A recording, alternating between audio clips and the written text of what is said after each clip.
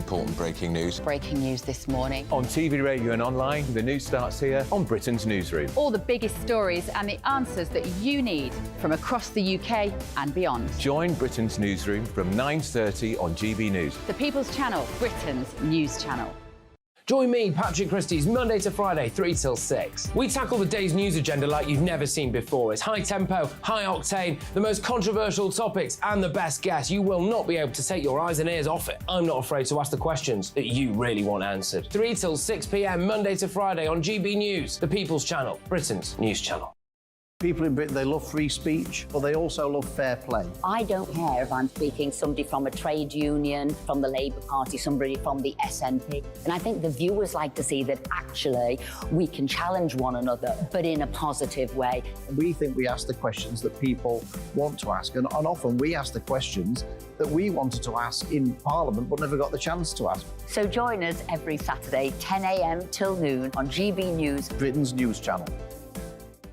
Hi, I'm Dan Wootton. You can watch me live on GB News Monday to Thursday from 9 p.m. And did you know that you can also watch and listen live on our website, gbnews.com. You'll always be up to date on the latest breaking news, as well as enjoying the best stories, opinions and shows. You can even join the debate under our live player as you're watching. So head straight to gbnews.com on TV, radio and online. GB News, Britain's news channel. It's all about family, being in people's living rooms, all the interaction and getting to know who our viewers and listeners are. When I was young, my dad used to say, Nana, stop arguing. I wanted an outlet that would enable me to give my opinion. People are going through a really hard time right now, and I know that you don't feel like you're being listened to by the establishment. I came to GB News because it's the People's Channel, and I want the audience to have their say on the events of the day. We're dynamic. We do something different. Democracy shows that the wisdom of the nation is in its people.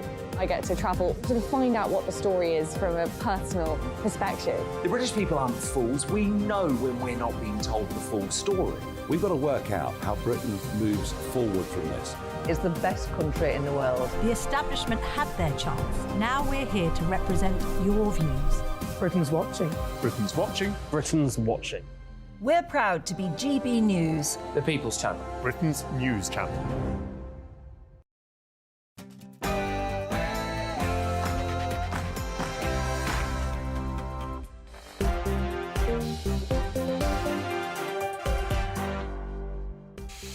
Good evening, welcome to Dorbs and Co with me, Martin Dewberry. Now, would you bank with Nigel Farage? Because with the resignation of Dame Alison Rose exposing the British banking system's complete contempt for people like Nigel, is it time to kick the politics out of banks and launch a woke-free bank? Perhaps even calling it the Bank of Nigel. And now, before you think I've been drinking, I suggested it to the big man earlier. He quite likes the idea. And as a new report shows, 20 renters are chasing every property that comes onto the market. Has Britain been caught in a perfect storm of soaring immigration and liberal NIMBYism? Have you been struggling to find a home recently? If so, we'd like to hear from you. gbviews@gbnews.com. Next, as the UN recommends banning smartphones from classrooms, I'll be asking why the heck were they even allowed in classrooms in the first place? And they're back. Yes, the Sussexers are backing a ridiculous campaign calling for gender stereotypes in advertising to be smashed. And I say, let's bring back ads for when men were real men. All of that to come tonight on Dorbs and Co. But first, is your latest news headlines with Polly.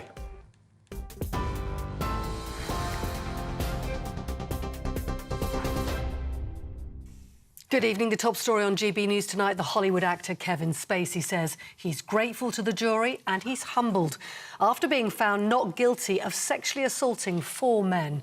Appearing outside Southwark Crown Court today, Spacey addressed the media following the verdict, the Crown Prosecution Service saying they respected the decision of the court. The 64-year-old Oscar-winning actor had tears in his eyes as he said a jury had cleared him of all charges. I imagine that many of you can understand that there's a lot for me to process after what has just happened today. But I would like to say that I'm enormously grateful to the jury for having taken the time to examine all of the evidence and all of the facts carefully before they reach their decision. And I am humbled by the outcome today. Kevin Spacey.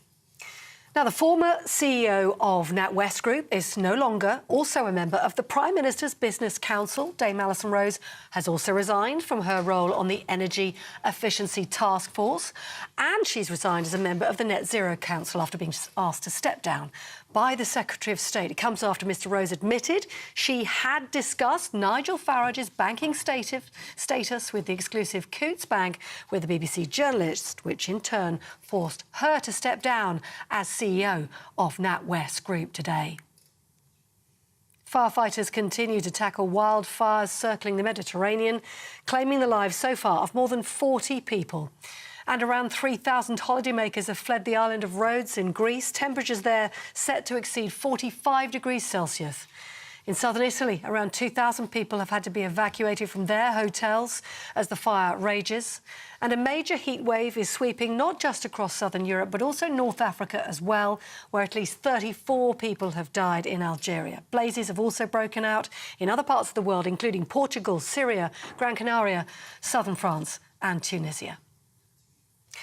The Prime Minister was met with jeers and heckling today as he defended the government's response to the infected blood scandal. Whilst giving evidence to the infected blood inquiry, Rishi Sunak said he didn't personally see a letter in 2020 preparing for the possibility of paying compensation to victims.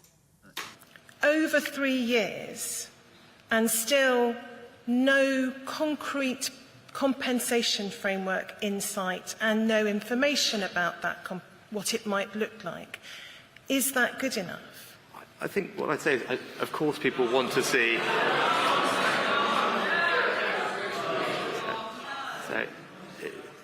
All I'd say is, in order for the government to make decisions on compensation, it is rightly has asked an independent inquiry. Now, a man who spent 17 years behind bars for a rape he didn't commit has won the fight today to clear his name. 57-year-old Andrew Mulkinson was found guilty of raping a woman in Greater Manchester in 2003, and the following year was jailed for life with a minimum term to serve of 7 years. His conviction was overturned after fresh DNA evidence emerged linking another suspect to the crime. His lawyers have said the conviction could have wider implications for the criminal justice system. Today we told this court I was innocent, and finally they listened. But I have been innocent all along.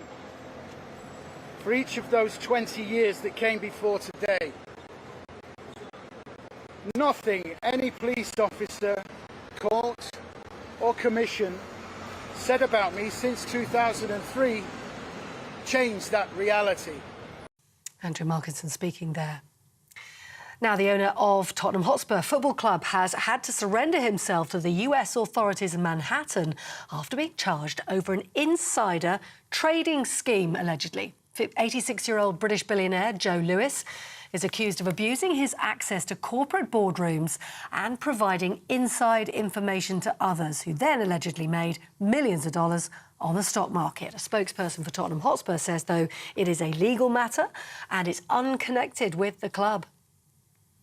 A consultation on train ticket office closures, which was due to end today, has been extended now to the 1st of September. Train operators unveiled proposals earlier this month for multiple closures of the offices after the Transport Secretary Mark Harper urged them to cut costs. Plans are being criticised by groups representing passengers and the RMT. At least 6 people have been injured after a crane collapsed in New York. The construction crane caught fire high above the west side of Manhattan. If you're watching on TV, you can see the height of this piece of kit. It then lost its long arm, as it's called, which then in turn smashed against a nearby building. It was dangling hundreds of feet above the street. It plummeted to the pavement below as people ran for safety. Windows were smashed, but luckily nobody was killed. On TV, online, DAB+ radio and the TuneIn app. This is GB News, the People's Channel.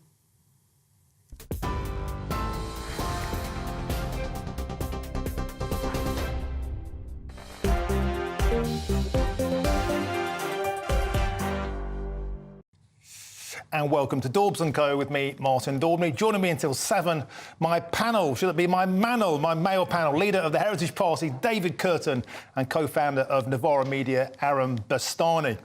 You can get in touch with all of us on our big topic tonight, gbviews@gbnews.com, or on Twitter, of course, @gbnews. And the big topic, would you bank with Nigel Farage? That's our top story, because Dame Alison Rose has resigned finally as NatWest's chief executive, exposing the British banking system's absolute contempt for people like Nigel Farage, and it seems thousands of others who agree with him. In an act of supreme karma, NatWest shares have since plummeted by more than £600 million. So, is it time to kick the politics out of banking and perhaps even launch a woke-free Bank of Nigel? Well, let's have a look at what Nigel thinks needs to happen as NatWest and in the banking sector. He said this earlier. Needs to appoint a new temporary board to take control of this bank. And then what we need to do, starting very early in the autumn, is to start to put in place legislation that says banks cannot and must not discriminate against individual customers. And then we need to address the money laundering regulations that effectively have become a sledgehammer to miss the nut. It's the innocent that are getting hurt, whilst the big-time crooks still get away with it. So Nigel has said earlier today that he wants to be a champion and a crusader of the banking sector. He wants cultural and legal changes. The Bank of Nigel, not as mad as we might think, Aaron, but let's start with you, somebody from the political left. Long argued for an overhaul of the banking system, but I'm assuming you wouldn't bank with Nigel.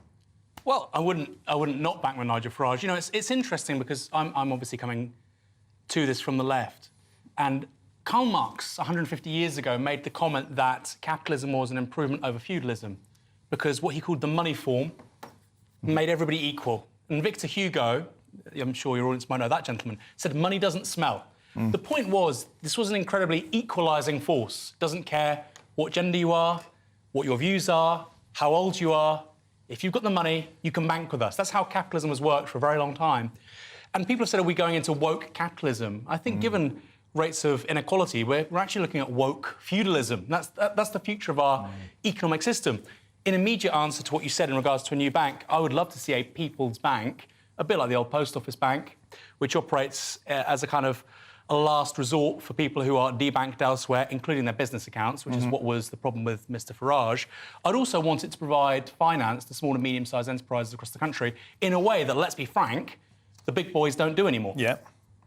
The funny thing about that is that the Bank of Dave launched in 2011. The Bank of Dave was started by a businessman in Burnley called Dave Fishwick, a working-class self-made millionaire who set up a local bank for precisely that reason. If local lads and ladies were getting turned away by the big banks, he started his own bank to give those loans out. Now, I'm saying to you, David, what we've seen recently, what with pride, pronouns, climate change, gender politics, racism, sexism, Stonewall in banks, we can all agree maybe it's time to kick that stuff out of banking. But is the answer some sort of private equity, not just a state attempt like this, but a private attempt, a conservative bank free of politics? Would that be popular? Yeah, well, there's lots of things to say about that. I mean, I went to the bank this morning and the first thing I saw on the machine was the Pride Progress flag. I'd call it something else, but I really don't want to see that when I go in to do my banking. And I think people are crying out to get rid of this stuff. People just hate this wokery when they go into a bank. They want the banks to be about looking after your money, which is what they were 10 years ago or so. So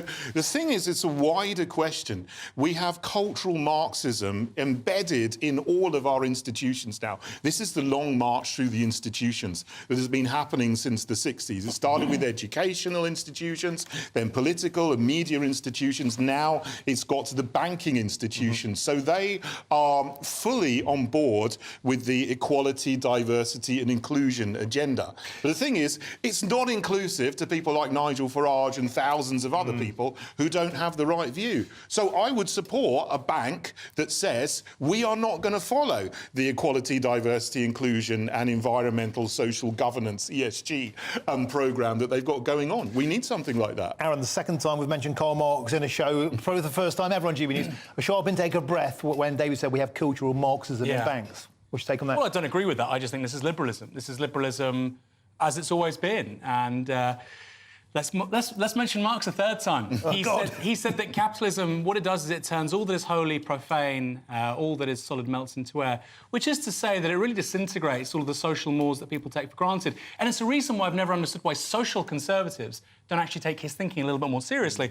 I would say this is liberalism. Quickly, your audience probably haven't heard this. Last night, Rachel Reeves was interviewed by Channel 4. It never went out. She described what's happening to the former now CEO of NatWest as bullying. Yeah. Why? Because she was the first female CEO of NatWest. So let's look at this logically. If a woman is the CEO of a bank, you can be debanked. If a man is a CEO, you can't be. This is identity politics liberalism gone completely insane. Yeah. I don't think it's got anything to do with Marxism. Yeah, fair enough. And why do you think that this kind of gender identity politic, wokeism, for want of a better word, has impregnated not just banks, but all of our public bodies? Where did it come from, and can it ever be kicked out? Or is it now here to stay? Well, I do disagree with you, Aaron. I mean, some of the things I do, but this is cultural Marxism, and this is one of the ideologies of cultural Marxism. And what that basically says is that society is institutionally sexist, racist, homophobic, transphobic, and then it needs to be deliberately changed to overcome those fabricated injustices that people have said that exist, which don't exist. So you have there, people say that society is inherently misogynistic. Where's that in Marx, though? I understand people say... It's cultural Marxism, which comes later on from the Frankfurt School and from Gramsci in the 1920s. So why call it Marxism, if it's got nothing to do with Karl Marx? It's cultural Marxism, so it's Marxism is economic, of course. It looks at the working class of the victims, and the oppressors are the capitalists. That's Marxism. Yeah.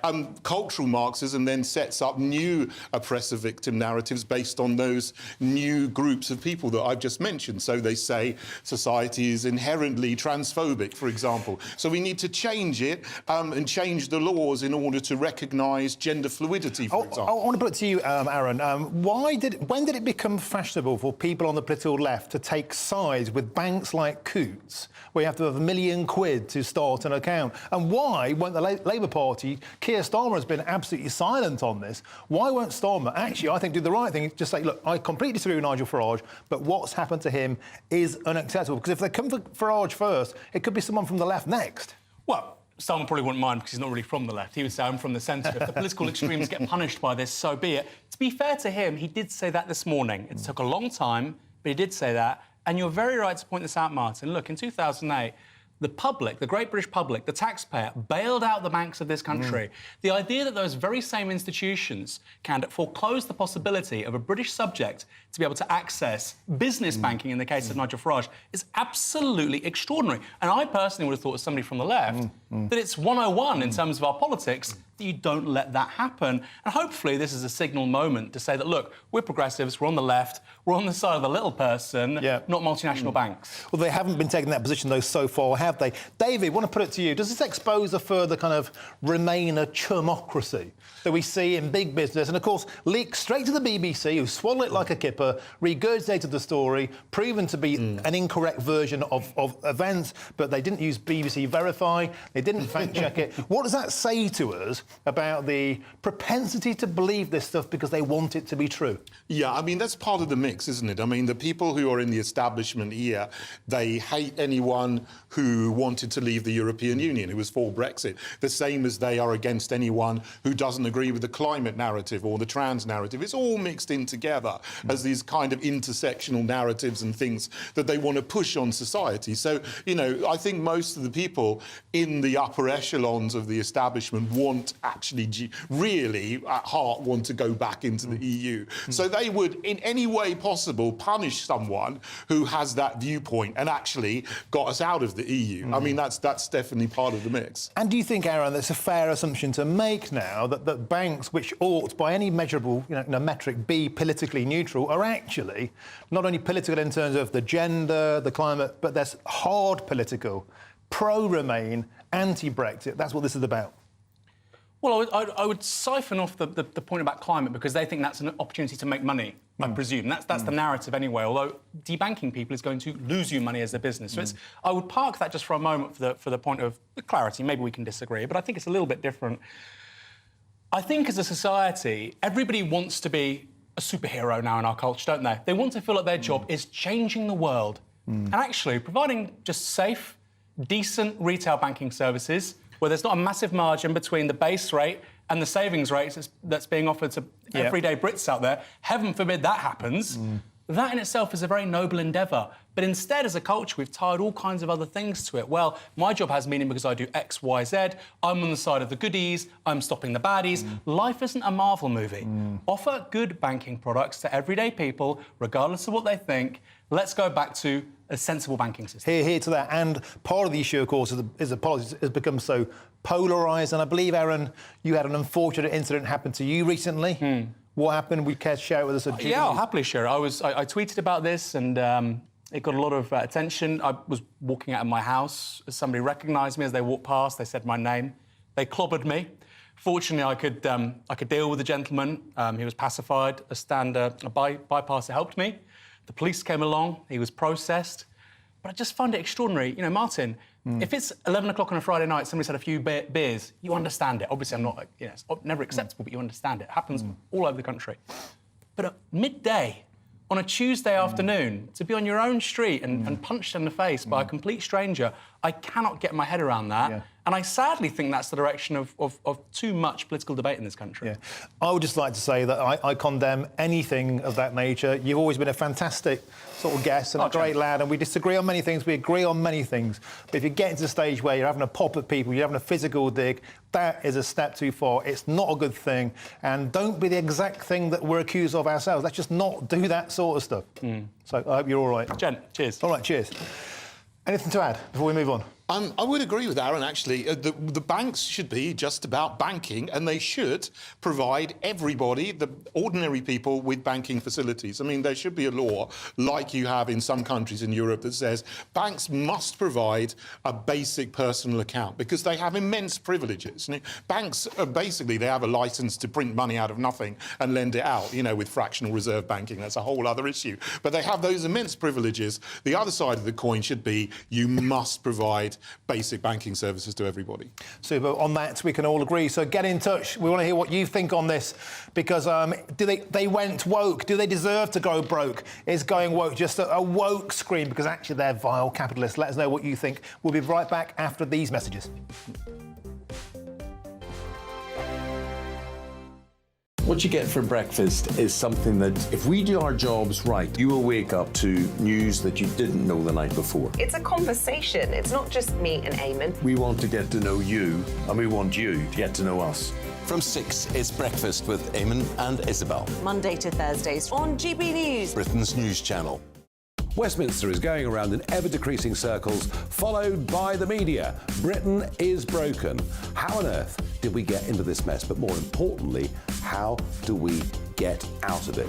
Join me at 7 p.m, Mondays to Thursdays on Farage, here on GB News. We will have open, rational debate. We've got to work out how Britain moves forward from this. Join us here on GB News, the People's Channel. Britain is watching. When the news happens, it happens here. And really important breaking news. Breaking news this morning. On TV, radio and online, the news starts here on Britain's Newsroom. All the biggest stories and the answers that you need from across the UK and beyond. Join Britain's Newsroom from 9:30 on GB News. The People's Channel, Britain's news channel. Join me, Patrick Christie's, Monday to Friday, 3 till 6. We tackle the day's news agenda like you've never seen before. It's high tempo, high octane, the most controversial topics and the best guests. You will not be able to take your eyes and ears off it. I'm not afraid to ask the questions that you really want answered. 3 till 6 p.m, Monday to Friday on GB News, the People's Channel, Britain's news channel.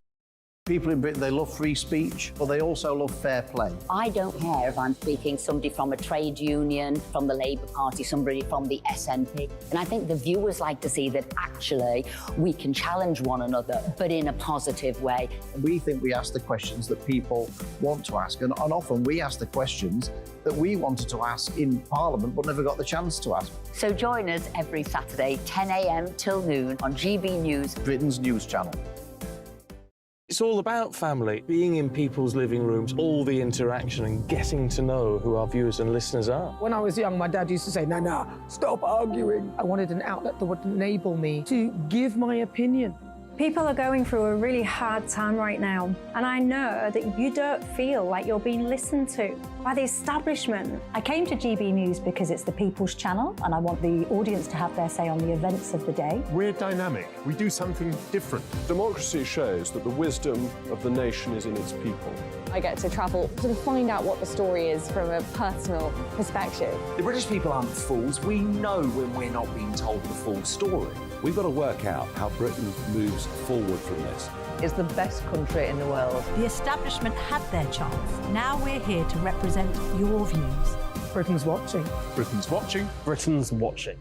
We're proud to be GB News. The People's Channel. Britain's news channel.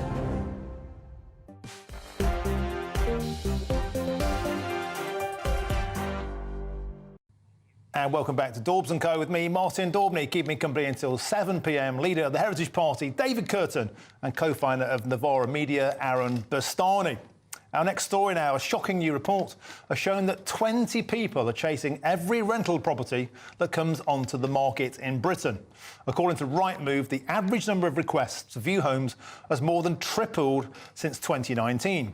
Now, with net annual immigration soaring to 606,000 and NIMBYism blocking house building in leafy Remainer suburbs, has Liberal politics shafted generation rent?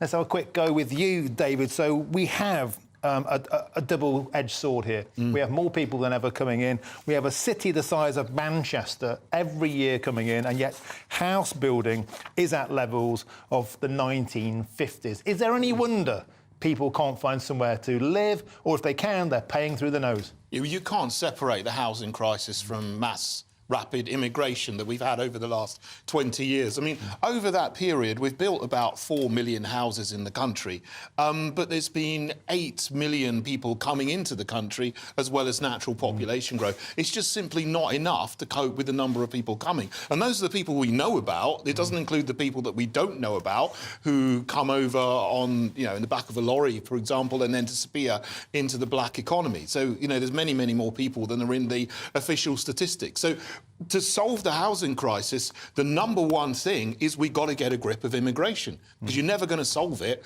when you're keeping on having more and more people coming into the country. And last year, as you said, 606,000 net. It's just a disaster for people who want to buy a house. Aaron, is this simply a case of supply and demand, or is it the same kind of people who say refugees welcome, or saying not in my backyard, don't build any houses, dump them into inner cities where I don't live? It's a liberal middle-class issue that becomes a working-class problem. Well, it's important to say most people who seek political asylum in this country, they actually prefer to live in larger cities because people from their own communities, backgrounds, shared languages tend to be in those areas. Park that. I mean, I'll just go back to what David said about the population growth. 606,000 net increase in population in 1 year is too much. I think you see the polling on this. Even a plurality of Remainers think it's too high. What I would say, however, is that you can have population growth and meet demand. So, for instance, if you look at Britain, I think from 1840s to the early 1900s, we have a sort of tripling of population in this country. We also built a hell of a lot of infrastructure. Houses, the Bakerloo line, the underground, the water, supply for the sewage systems across much of the country. That was with breakneck population growth. So I feel you're letting the political elite off the hook if you say, we can't build anything anymore in this country because there are too many people coming over. Now, you can still maintain that, and you may be correct, you're entitled to that view, but I feel that what we're looking at more broadly as a country is we have a complete inability to build stuff, to do stuff. Partly NIMBYism, partly that our political class no longer thinks particularly big. Partly as well, I think because we've got first past the post, you just have basically two parties. If one says something, the other one has to disagree. Whereas in the 1950s, there was a consensus, and in the 30s too, it should be said actually, to build a hell of a lot of houses really quickly. Hopefully we go back to that, because I think it's quite clear now with the British public, this is a major problem for renters, generation rent, getting bigger and worse every year. Politicians are beginning to make the right noises, but still not acting. So what would you like to see happen? Well, I think you have to have a massive expansion in housing supply. That would be the first one. I think what you could do immediately, because that's so easy to say, isn't it? What you can do immediately to make life better for renters is longer-term tenancies. So right now, the default is 1 or 2 years. We need to be more like the continent, I think, in this regard. 2 to 5 year tenancies. Some of the stories in this article on the BBC by Kevin Peachey, parents with 4 or 5 kids. renting. I can't imagine renting with 4 or 5 children, with 1 child, frankly, and being worried you're going to have to, you get a no-fault eviction and you have to move every 12 months, every 18 months. You have to find a new GP, maybe find even a new school. What a crazy way to carry on. So I would have longer tenancies. David, isn't part of the issue spending £7 million a day on hotels for asylum seekers, £4 billion a year on that? It's simply a case of a lack of political will.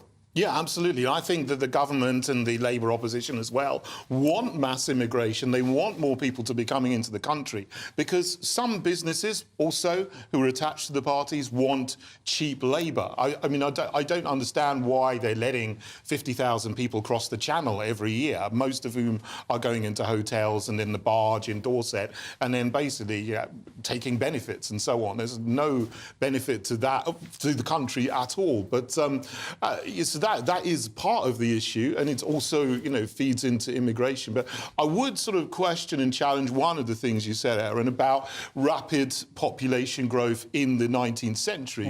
In 1800, it was 20 million. In 1900, it was 40 million. In 2000, it was 60 million. So there's been a population growth over that 200-year period of about 10 million per 50 years. In the last period, we've had 10 million in 20 years. So population growth has rapidly That's not entirely increased. accurate because that is accurate, and that is looking at statistics. Because you're including Ireland, which leaves the Union Ireland in 1916. Yes, it's very small. Okay, it doesn't. No, it wasn't actually. In terms of population. In the 1830s, its population was half the size of England. There was something called the Irish famine. So I think it's useful to look at this trajectory after the 1840s, which is what I said. 1840 to 1900, you see a massive increase in population in this country, and that is when we build all of the major infrastructure that we take for granted. So I take your point. I don't think that's entirely right. I think you're a little bit misrepresentative there. No, what I'm saying is that the rate of population growth is far greater at the moment. In these last 20 years... The present rate, absolutely. Yes. Then it's greater than ever before in history. Rate, so, yes. So we just simply... it's impossible to build the number of houses that we need for the population growth, which is largely fuelled by immigration. But, I would say as well, I am not for building loads and loads of houses in the countryside. I think we need to look after our towns and cities and our countryside, and that's very, very precious to everybody in the country. We need to look after those things. OK, so that's NIMBYism. So if we can't build in those backyards, which is part of the problem, where do these ruddy houses go? Well, we need to control our borders, and we need to... There's no reason why we need mass rapid immigration leading into a mass rapid population growth. This has been government policy since Blair right through to Sunak. But if we stopped immigration today, which we won't do because we don't have the political spine to do it, but even if we did, we're still in the northwest, in Manchester and towns like that, cities like that, we're still seeing 30 people going for every house. So closing the borders, we may agree on that, but it won't solve the problem of 30 people trying to get one gaff. Also, exactly, Martin. Also, David, I believe in big families. I want bigger families. If people started to have more children and you had just an increase in population purely as a function of that, like we did in the 19th century, we would need to build more homes. We would do. So I think you're trying to have your cake and eat it because you're trying to say something which is very popular, bring down immigration, and you're also trying to say something which is also very popular, don't build any homes. The problem is that second one is definitely not part of the solution. We have to build more homes. And the idea that, the population will only increase if we have immigration, well, we need the population to increase somewhat with regards to, ideally, domestic births, because we have an ageing population. The last thing we want is... Today, we're a country of 68 million people, average age is 40. The last thing you want is 68 million people, average age is 65, because we won't have enough working-age people to pay for the pensioners. So I think you're being a little bit intellectually dishonest. Well, the total fertility rate at the moment is well below replacement rate. It's down at 1.4, something like that. Even if you bring the total fertility rate up to 2.1, we would then have a stable population. We wouldn't need any more new homes if we didn't have any immigration. I think that's the solution. OK, gentlemen, that was a superb debate. It's getting very heated, and let's do what we always do in Britain when things get a bit heated. Let's take a quick look at the weather. That warm feeling inside. From Boxed Boilers, proud sponsors of weather on GB News. Hello there, welcome to your GB News weather forecast. I'm Craig Snell. Well, looking ahead to Thursday, for most of us it's going to be fairly cloudy, some outbreaks of rain too, but if you live in central and eastern parts it will feel fairly humid. So here's the situation as we end Wednesday. Got a huge area of low pressure really dominating proceedings and weather fronts bringing in bands of rain. Some of this rain will be quite heavy and persistent as we go through the course of the night, also bringing in quite a lot of mist and fog, especially across southern parts of the country. Also quite breezy too. The far northeast of Scotland here, actually, we will stay quite dry with some clear spells. So a little bit chilly here, temperatures falling down to around 5 or 6 degrees. But for the rest of us, a much milder night than of late. Temperatures not falling much lower than 15 or 16 degrees. So we do start the day quite mild, but also quite grey, murky and damp. But as the day goes on, we should see some improvements. It may well linger, though, down towards the very far south coast of England and also across Scotland. But elsewhere, some sunshine will develop, but that may well in turn trigger a few showers. But where we do see the sunnier skies, potentially over towards East Anglia and the Wash, we could see highs reaching here around 24 or 25 degrees. But elsewhere, if you do see the rain linger, it will feel a little bit disappointing for July. Then having a look at Friday and into the weekend, the weather is set to remain unsettled, a mix of sunshine and scattered showers, and all the time for most of us, temperatures remaining around average. That warm feeling inside. From Boxed Boilers, proud sponsors of weather on GB News. And coming up, should smartphones be banned from classrooms? Well, a new report suggests the answer is obvious, and that's after these messages. This is GB News, the People's Channel. The Live Desk with me, Mark Longhurst. And me, Pip Thompson. It's here Monday to Friday on GB News. From midday, we'll bring you the news as it breaks, whenever it's happening and wherever it's happening, from across the UK and around the world. Refreshing, feisty, but with a bit of fun too. If it matters to you, we'll have it covered on TV, radio and online. Join the Live Desk on GB News, the People's Channel, Britain's news channel. The Dorbs and Co, we tackle the issues of the day with real robust debate, both sides of the fence, battling it out with me in the middle with my forthright opinions and views. And often really interesting things happen because you start with a position and then by the end of the debate you find actually, well, I might not have thought about that one. What we need in this country is 2 new political parties. You should maybe think about doing a 2024 calendar. I'm Michelle Dewberry and I'm keeping you company right through until 7 o'clock this evening. GB News, the People's Channel, Britain's watching. Monday to Thursday, 9 p.m. till 11 p.m. Join me, Dan Wootton. I'll bring you the sharpest takes and hottest debates. Do you not believe in prison? I don't believe in prisons. I'm completely stunned. I guarantee you there'll be no spin, no bias, no censorship. I actually was personally quite offended by it. And no reason to go to bed. So I guess they've always been quite woke. That's Dan Wootton tonight on TV, radio and online. Monday to Thursday from 9 p.m. till 11 p.m. on GB News. The People's Channel, Britain's news channel. In a world of dull and predictable radio and TV shows.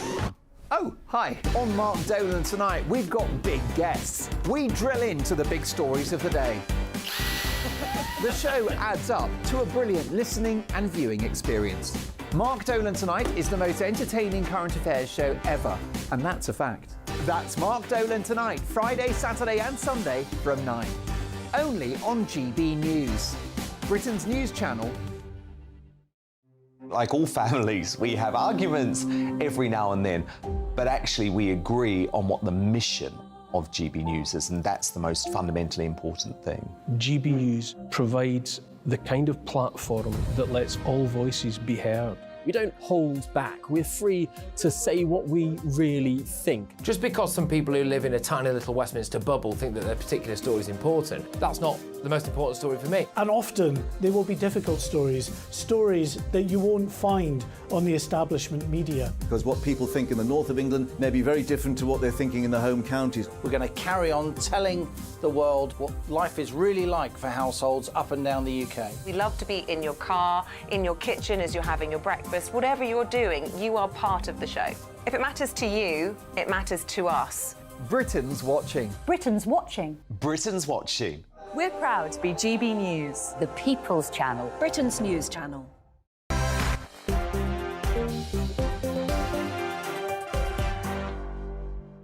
And welcome back to Dorbs and Co with me, Martin Daubney. Keep me company until 7 o'clock. The leader of the Heritage Party, David Curtin, and the co-founder of Novara Media, Aaron Bastani. Loads of comments coming in. I've got to say, Aaron, there's been a lot of love for you. Obviously, we just spoke about the fact you were physically attacked, which is deplorable. Bill, please send our best to Aaron. He is great on the show, and I wish him well on behalf of every GB News viewer.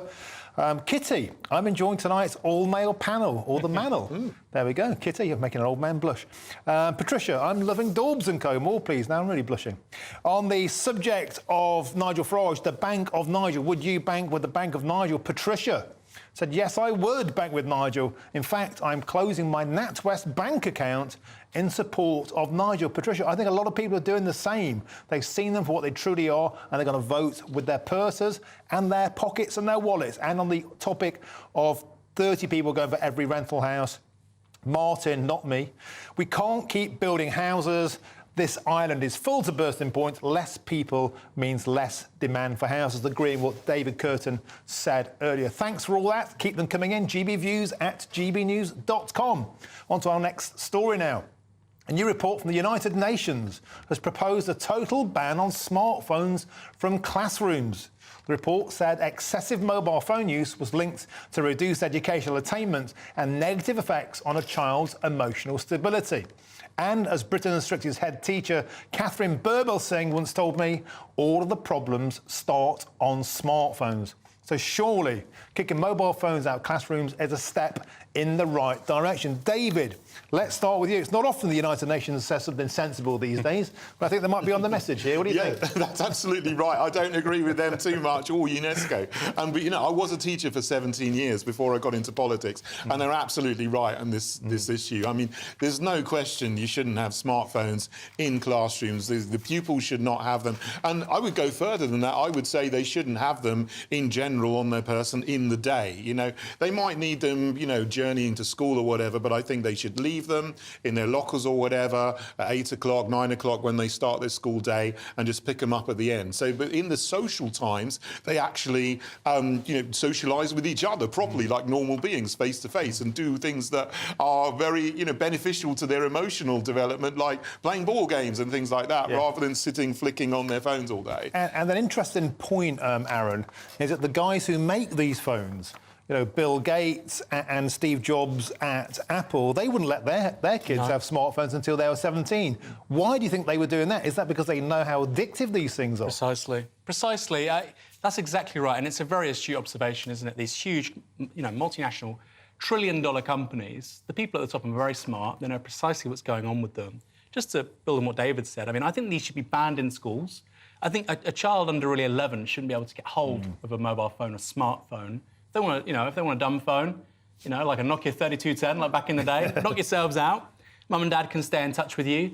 And I would also say there should be time limits on the amount of time they can spend on certain sites, like there are in China. Now, I know your audience, I think China, oh my God. Well, actually, you know what?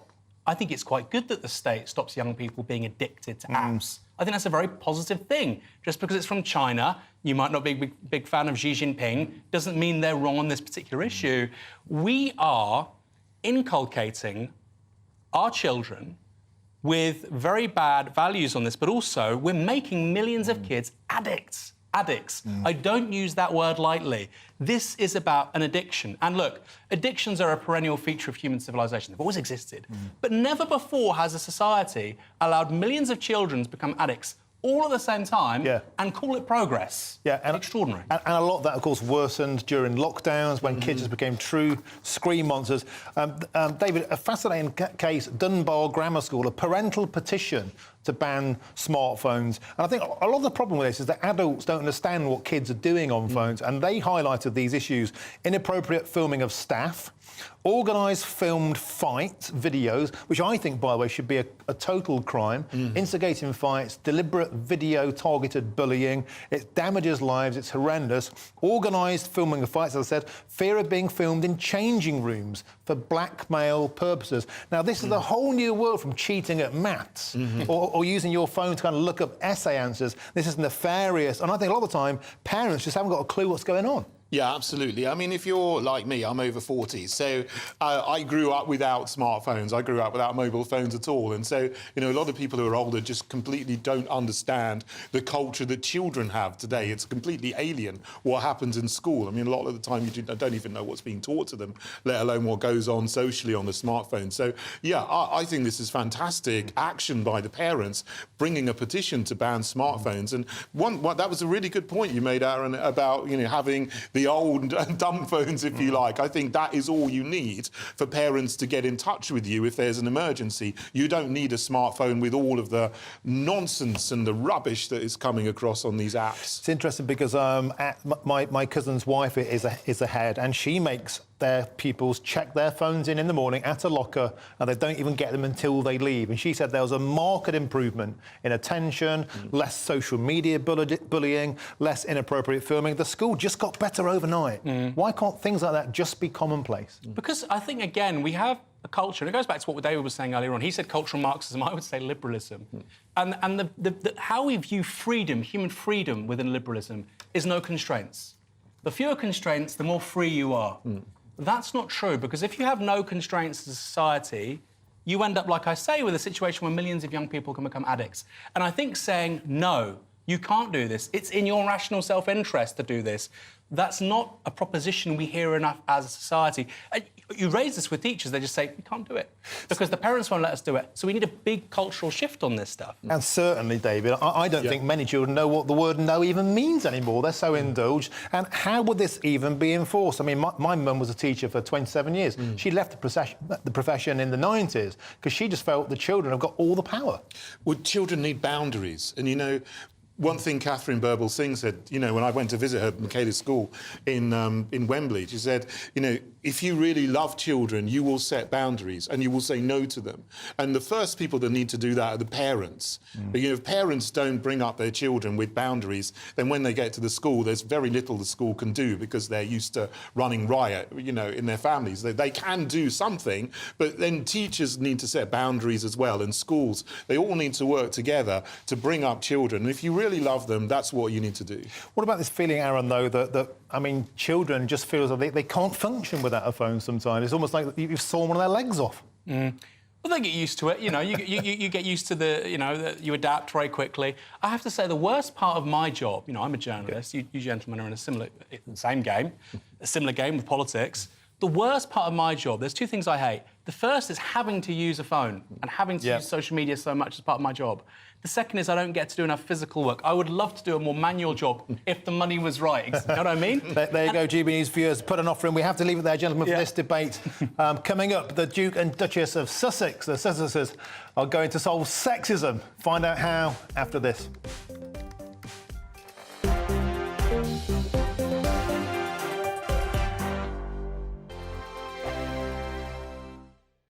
Monday to Thursday nights on GB News. At 6, it's Dorbs and Co. 7 o'clock, Farage. At 8, join Jacob Rees-Mogg. And at 9, Dan Wootton Tonight, followed by headliners on TV, radio and online. This is GB News. Now then, Lee Anderson here.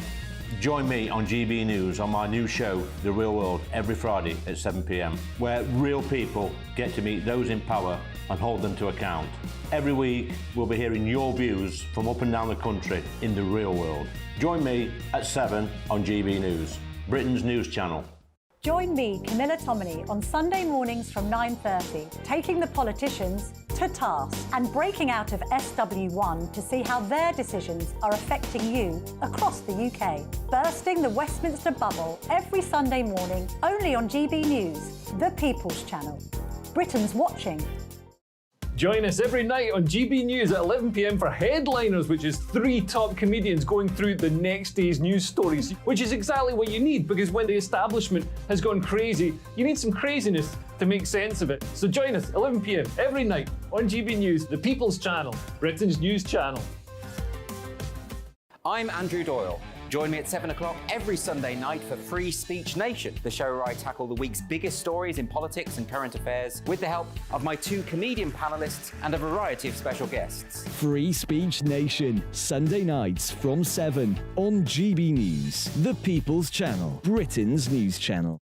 every Sunday from 11. Join Michael Portillo. There'll be topical discussion, looking at the week before and the week to come. So kick back and relax at 11 a.m. on Sundays on GB News with me, Michael Portillo. GB News, the People's Channel, Britain's news channel.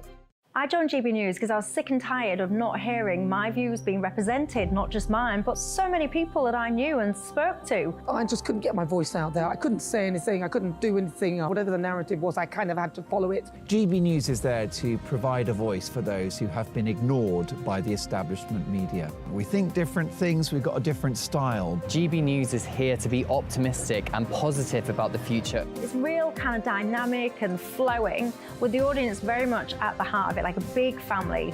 Here at GB News, we talk about the things that matter to you. Hearing the voices from right across our towns and cities, especially our towns. All sides of the argument represented with a heavy dose of opinion. We're on a mission here to make a difference. And the GB News family really is here for you, and whatever time of day you can watch or listen. Britain's watching. Britain's watching. We're proud to be GB News. The People's Channel. Britain's news channel.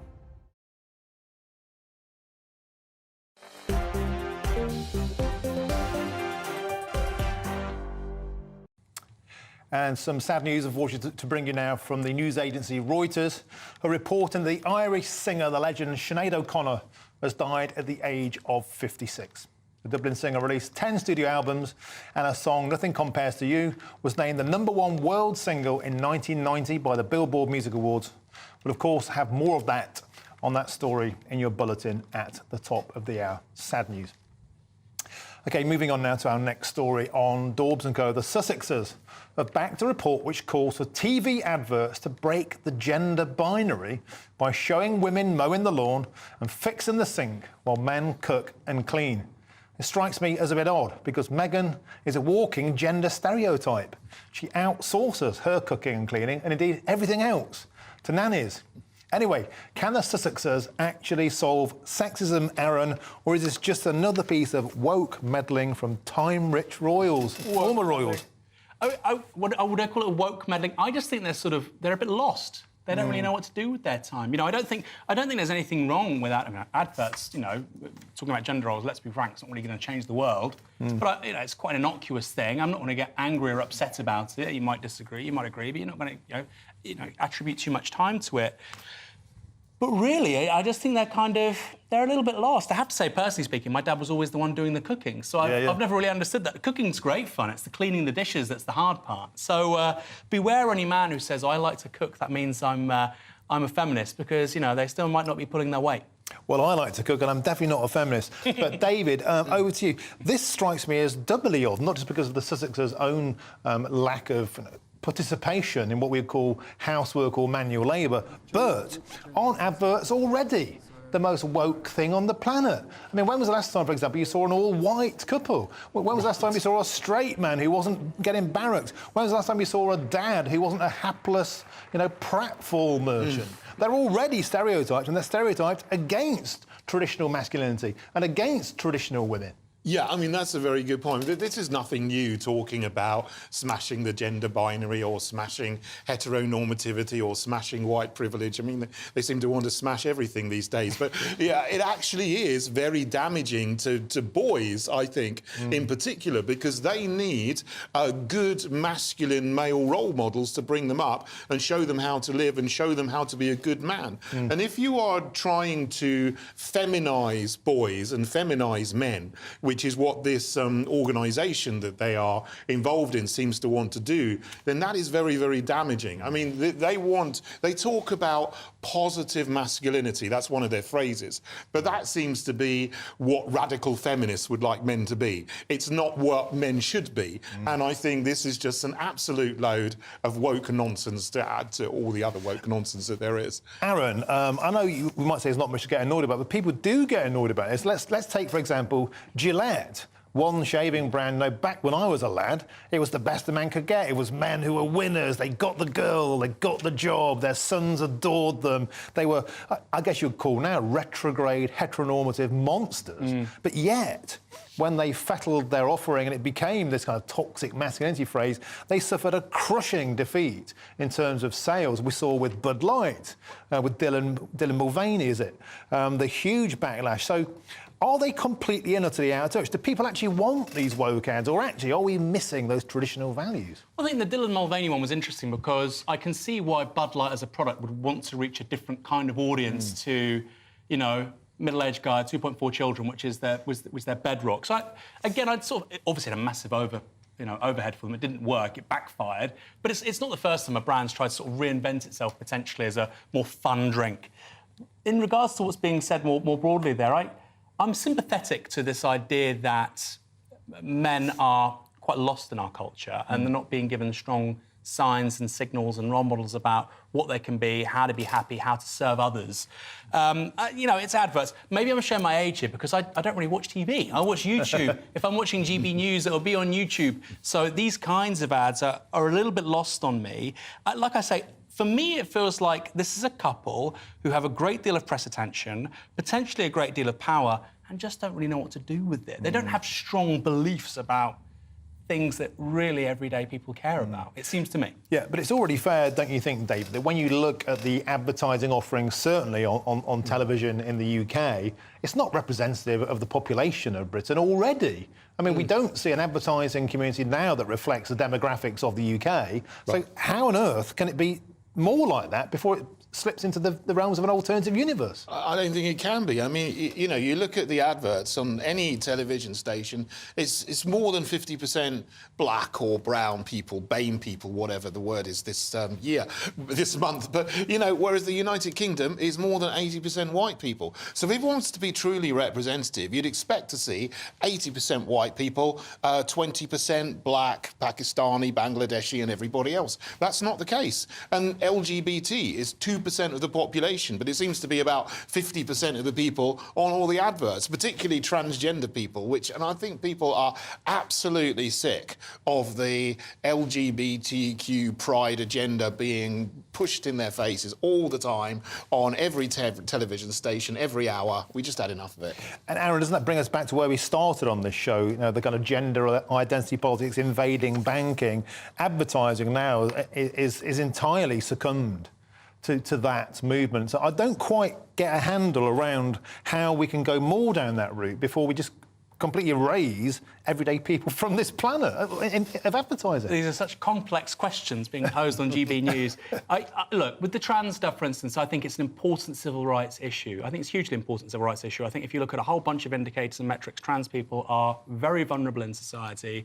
And I think that's where the conversation should be at, whether it's black people, white people, men, women, LGBT people, civil liberties and freedoms. How can you be free without undermining the freedom of somebody else? But instead, we've gone into this strange sort of cultural melange of, like you say, everyday culture wars, and we're talking about Bud Light and Gillette. It's a bit too much. OK, thank you very much, Aaron Bastani, David Curtin. Thanks for coming tonight. Up next, the man on a mission, the one and only Nigel Farage. The temperature's rising. Boxed Solar, proud sponsors of weather on GB News. Hello there, welcome to your GB News weather forecast. I'm Craig Snell. Well, looking ahead to Thursday, for most of us it's going to be fairly cloudy, some outbreaks of rain too, but if you live in central and eastern parts it will feel fairly humid. So here's the situation as we end Wednesday. Got a huge area of low pressure really dominating proceedings and weather fronts bringing in bands of rain. Some of this rain will be quite heavy and persistent as we go through the course of the night, also bringing in quite a lot of mist and fog, especially across southern parts of the country. Also quite breezy too.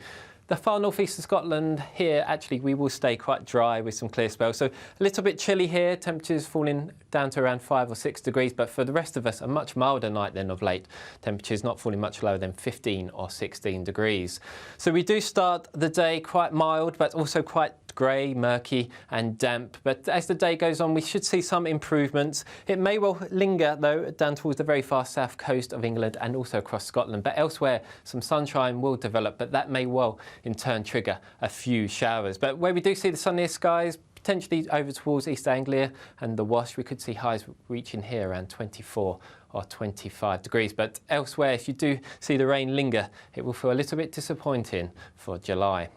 Then having a look at Friday and into the weekend, the weather is set to remain unsettled, a mix of sunshine and scattered showers, and all the time for most of us, temperatures remaining around average. The temperature's rising. Boxed Solar, proud sponsors of weather on GB News.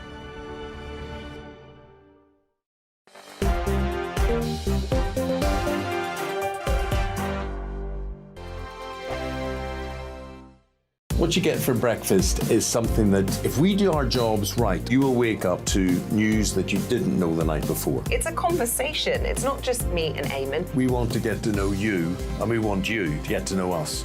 From 6, it's Breakfast with Eamon and Isabel. Monday to Thursdays on GB News, Britain's news channel.